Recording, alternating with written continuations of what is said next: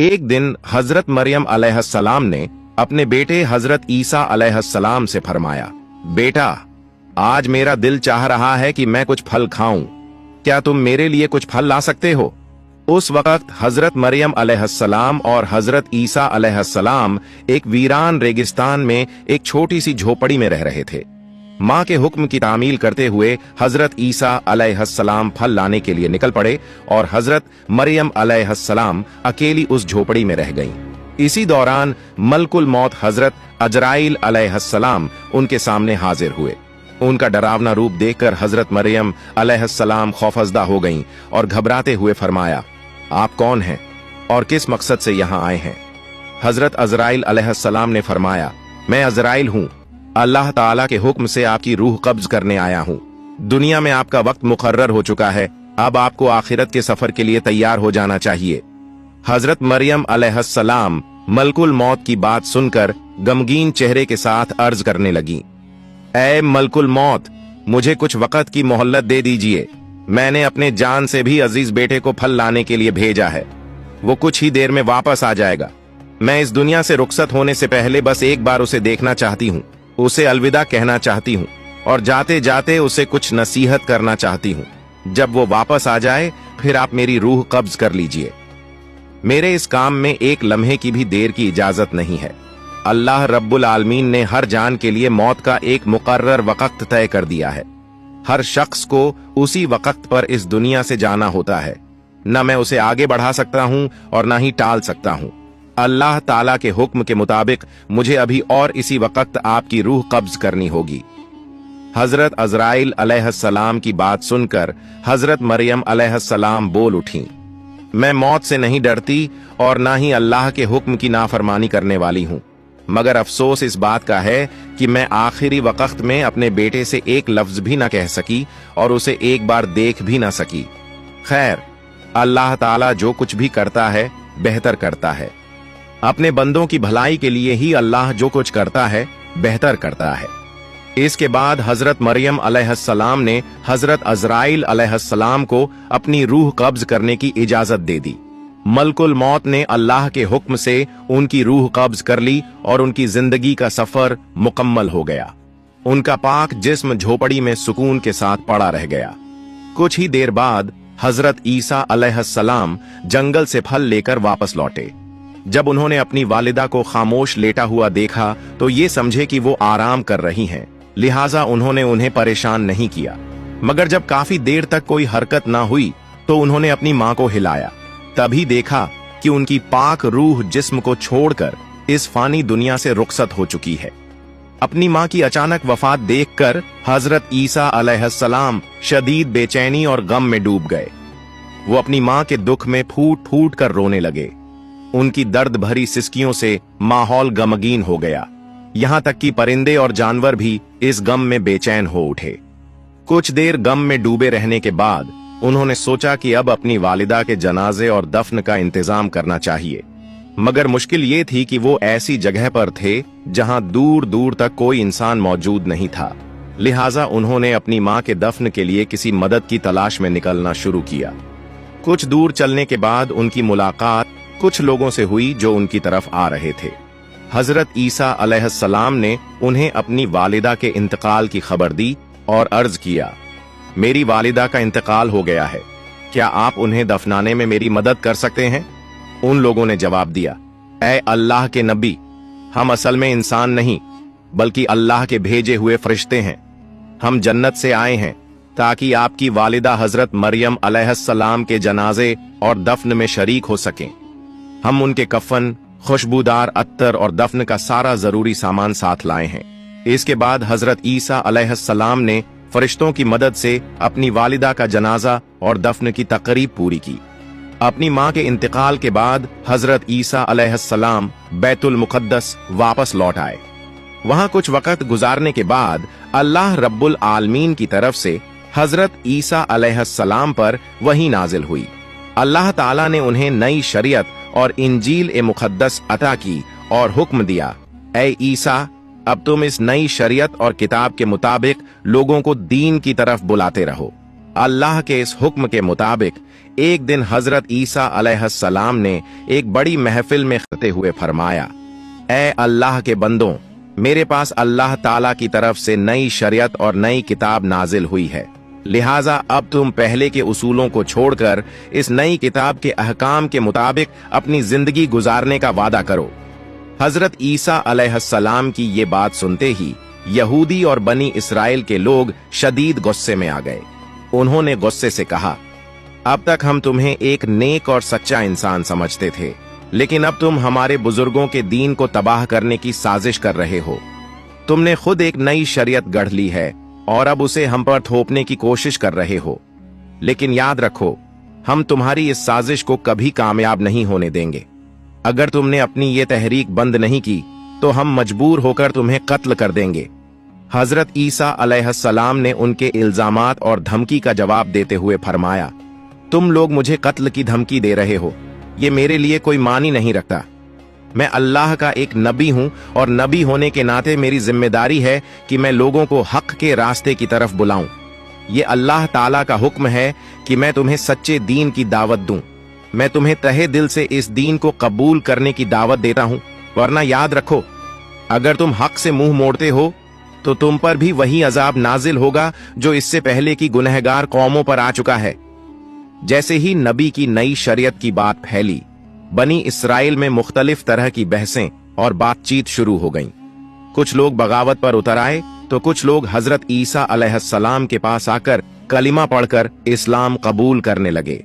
इसी दौरान हजरत ईसा अलैहिस्सलाम ने अपने नबी होने के सबूत में कई मौजे चमत्कार पेश किए, जिनमें से कुछ सबसे मशहूर थे। मरे हुए लोगों को अल्लाह के हुक्म से जिंदा कर देना, पैदाइशी अंधों को रोशनी बख्शना, कोढ़ के मरीजों को शिफा देना, मिट्टी के परिंदे बनाकर उन्हें अल्लाह के हुक्म से जिंदा कर देना। इन मौजात को देखकर बेशुमार लोग हिदायत की राह पर आ गए, मगर जो बदनसीब और जिद्दी थे वो इस सब के बावजूद नबी की बगावत में ही लगे रहे। जब नबी के दुश्मन बनी इसराइल के नाफरमान लोगों ने हजरत ईसा अलैहिस्सलाम को कत्ल करने की साजिश रची, तो उनके मानने वाले मोमिन बनी इसराइली उनसे मुखातिब हुए और कहा, तुम लोगों ने इससे पहले हजरत जकरिया अलैहिस्सलाम और हजरत याहिया अलैहिस्सलाम को कत्ल किया और अब हजरत ईसा अलैहिस्सलाम को भी कत्ल करना चाहते हो। ये तुम्हारी कौम के लिए एक खतरनाक और संगीन हरकत है। इस साजिश से बाज आ जाओ। हजरत ईसा अलैहिस्सलाम बेशक अल्लाह के एक खास नबी हैं। उन्होंने तुम्हें जो मौजे चमत्कार दिखाए हैं वो उनके नबी होने के लिए काफी सबूत हैं। तुम हक को कबूल करो और इस जुल्म से तौबा कर लो। इसी तरह एक और दिन हजरत ईसा अलैहिस्सलाम एक बड़ी सी महफिल में तशरीफ लाए और फरमाया, ऐ अल्लाह के बंदों, अल्लाह ताला ने हजरत मूसा अलैहिस्सलाम की उम्मत के लिए शनिवार का दिन इबादत के लिए मुकर्रर किया था और मुझे हुक्म दिया है कि मेरी उम्मत के लिए रविवार इतवार का दिन इबादत का दिन हो। इसलिए उस दिन तमाम दुनियावी काम, कारोबार और व्यापार को छोड़कर सिर्फ अल्लाह रब्बुल आलमीन की इबादत करो। उस दिन अल्लाह की किताब की तिलावत करो, लोगों को नेकी का हुक्म दो और बुराइयों से रोकने की कोशिश करो। दुनियावी कामों में मशगूल होकर उस दिन को जाया मत करो, वरना अल्लाह ताला की नाराजगी का शिकार हो सकते हो। हजरत ईसा अलैहिस्सलाम ने आगे फरमाया, ऐ बनी इसराइल के लोगों, मैं तुम्हें एक बहुत बड़ी खुशखबरी देना चाहता हूँ। अल्लाह रब्बुल आलमीन ने मुझ पर जो किताब नाजिल की है, मैं उसकी तालीमात को कायम करने की पूरी कोशिश करूंगा। मगर याद रखो, मेरे बाद एक और अजीम नबी तशरीफ लाने वाले हैं, जिनका नाम हजरत मोहम्मद सल्लल्लाहु अलैहि वसल्लम होगा। वो नबी इस जहान के सबसे अफजल और आखिरी नबी होंगे। अगर तुम में से कोई उनकी जिंदगी में उन्हें पाले तो फौरन उनकी तालीमात को कबूल करे और उनके दीन व शरीयत को अपनाए। ऐसा करने वाला शख्स अल्लाह के नजदीक सबसे ज्यादा मुकर्रब और बुजुर्ग होगा। उन नबी पर अल्लाह ताला की तरफ से एक मुबारक और मुकद्दस किताब नाजिल होगी जिसका नाम अल कुरान होगा। जो कोई इस किताब की तिलावत करेगा और अहकामात के मुताबिक अमल करेगा, वो अल्लाह के नजदीक सबसे अफजल और बेहिसाब सवाब पाने वाला होगा। तुम सब उस नबी मुकर्रम पर दिल की गहराइयों से दुरूद व सलाम भेजते रहो। کیونکہ وہ ایسے نبی ہیں جن پر خود اللہ تعالی اور اس کے تمام فرشتے درود بھیجتے ہیں۔ حضرت عیسیٰ علیہ السلام نے آگے فرمایا، وہ مبارک